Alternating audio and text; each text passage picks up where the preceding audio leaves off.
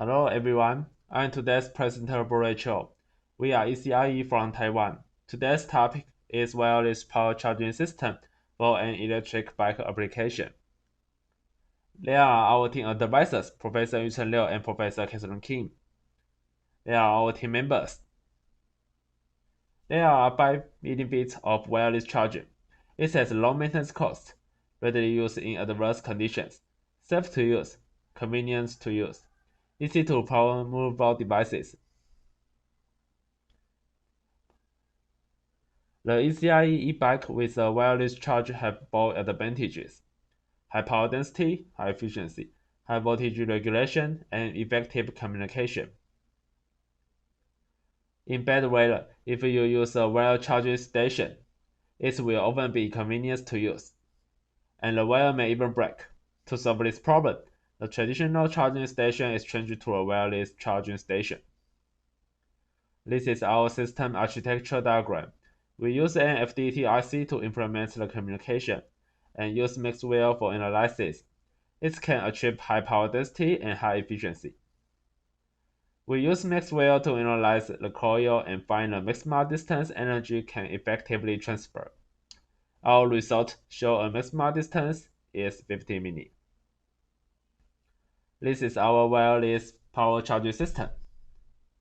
The primary side uses an integrated device to reduce power loss. The secondary side uses synchronous rectification to replace diodes. We use an equivalent circuit to determine the gain of the system. The coil's efficiency is different at varying distance.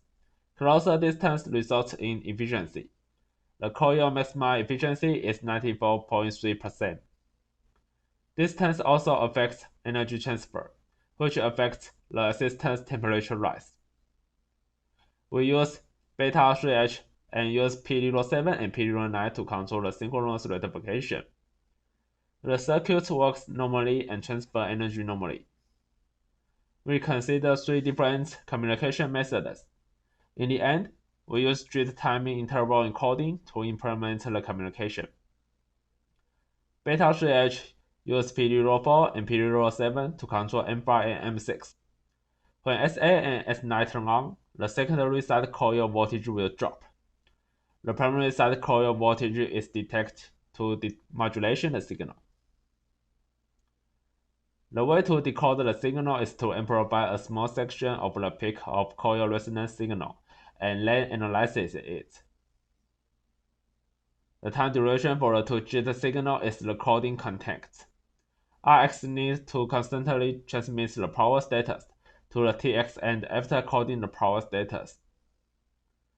When input voltage is below the output voltage, the H-bridge circuit is in boost mode, and the DC voltage charges the battery. The H-bridge maximum efficiency is 97.7%, and the maximum loss is in the inductor. This is our system charging efficiency. The maximum efficiency is 91.5% when the coil distance is 50 minutes. Finally, this is our system temperature with different distance.